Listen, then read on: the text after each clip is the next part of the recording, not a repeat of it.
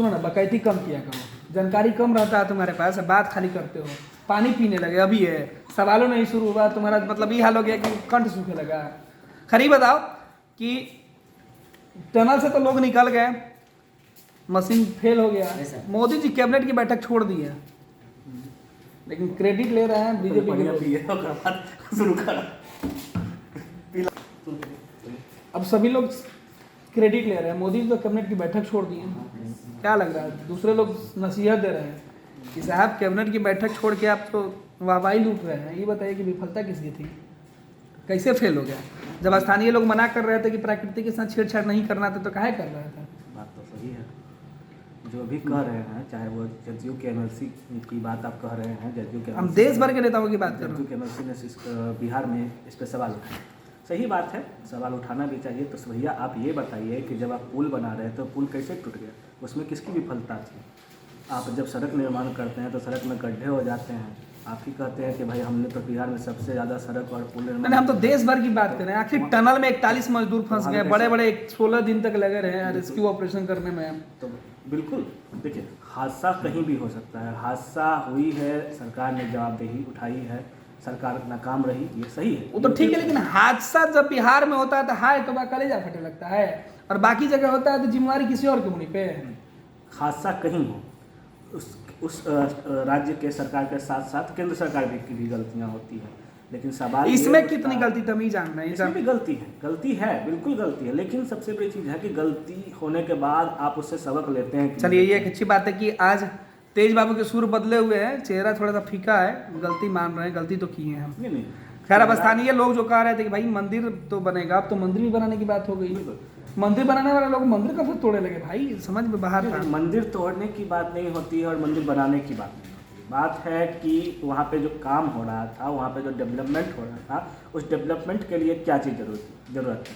अगर ज़रूरत हुई तो मंदिर हटाया जाएगा, तोड़ा नहीं जाएगा, बल्कि मंदिर हटाया जाएगा, दूसरी जगह स्थापित किया जाएगा।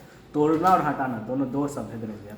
सब मिला के ये बताइए कि केंद्र की जो वर्तमान सरकार है या फिर उत्तराखंड की जो सरकार है, गलती किसी ना किसी से हुई है, परिणाम बड़े अच्छे हुए, 17 दिन के बाद ही सही, मगर लोगों की मेहनत, देश भर के लोगों की मेहनत, और उस इलाके में जो स्थानीय देवता हैं जिनका कोप पिछले 16 दिनों से जो मजदूर भुगत रहे थे, 17वें दिन उनको उनका आशीर्वाद मिला और वो टनल से बाहर निकले। बिहार, झारखंड और कई अन्य राज्यों के जो मजदूर थे उन्होंने बाहर निकलकर सभी लोगों को कहा कि भाई बाहर निकालने के लिए सभी को बहुत बहुत धन्यवाद। लेकिन सवाल फिर वही खड़ा होता है कि इंतजार किस बात का किया जा रहा था कि इस तरीके की गड़बड़ी हो, पहले से क्यों नहीं सरकार ने पत्थर खुदाई के दौरान या चट्टानों को खोदने के दौरान इस तरीके से व्यवस्था की जाती है कि अगर इस तरीके के मुश्किल हालात आएँ तो उससे निपटा जाए। बिल्कुल आपने बिल्कुल सही बात कही कि भाई आप जब बड़े काम करने के लिए जाते हैं, जब आपका प्रोजेक्ट बड़ा हो तो सारे संसाधनों का उपयोग किया जाता है, सुरक्षात्मक जितने संसाधन हैं उसको एक जगह स्थापित किया जाता है। तो फिर जब सारी चीज़ें थी, आपको मालूम था कि हम इतने बड़े पैमाने पे काम करने जा रहे हैं, तो सुरक्षा के जो मापदंड हैं उसका ध्यान आपने क्यों नहीं रखा? क्यों देर रात तक, या फिर आप कह लें कि अचानक से काम शुरू करवा देना बिना मिट्टी का जांच करवाया, या मिट्टी का जांच करवाया तो बात मिट्टी का नहीं, हम देखिए जी सवाल यही है कि भाई गलती तो हुई है, लेकिन सरकार और शासन के पास या जो कंपनी इसका निर्माण कर रही थी उनके पास कोई प्लान बी क्यों नहीं था? अगर इस तरीके की परिस्थिति आती है तो फिर कैसे निपटा जाए? 17 दिन कोई भी छोटे दिन नहीं होते, 408 घंटे की हम बात कर रहे हैं। 408 घंटे जिस विपदा में लोगों ने गुजारा है, उन्हें निकालने के लिए 44 मिनट से ज़्यादा वक्त लगे थे। अंतिम 44 मिनट की हम बात कर रहे हैं 408 घंटे में से, तो अंतिम जो 44 मिनट कुछ सेकंड की बात हम कर रहे हैं, वो क्षण बेहद भावुक थे।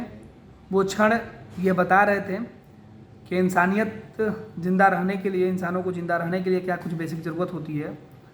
ये ठीक है कि उत्तराखंड की धामी सरकार ने समय पर एक्शन लिया, लेकिन सवाल भी है कि आखिर इस तरीके से चूक कैसे हो गई। और अब क्योंकि पत्थरों में, पहाड़ों में, ज़मीन के अंदर हर जगह सुरंग बनाने के साथ देश को विकसित करने के लिए ज़रूरी है टनल बनाना या इस तरीके के काम करने। लेकिन अगर इस तरीके की परिस्थिति होती है तो हमें सबक लेना होगा, क्योंकि ये पहले दफ़ा नहीं हुआ था। हम कई त्रासदी झेल चुके हैं, चाहे भूकंप का झटका हो गुजरात के अंदर या फिर केदारनाथ, क्योंकि उसी इलाके की हम बात करें तो केदारनाथ हादसा भी याद है। इस तरीके की अगर विकट परिस्थिति उत्पन्न होती है तो हमें निपटने की पूरी तैयारी करनी होगी।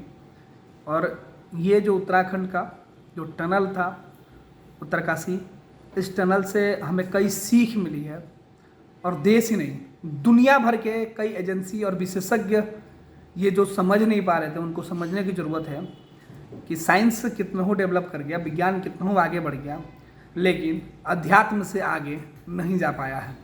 जहाँ इंसानी कोशिशें हार मान जाती हैं वहाँ दैविक शक्ति प्रकट होती है। जहाँ मशीन टूट कर चकनाचूर हो जाता है वहाँ एक भरोसा ईश्वर के ऊपर इतना मजबूत हो जाता है कि न टूटने वाला पहाड़ चट्टान भी टूट कर चकनाचूर हो जाता है।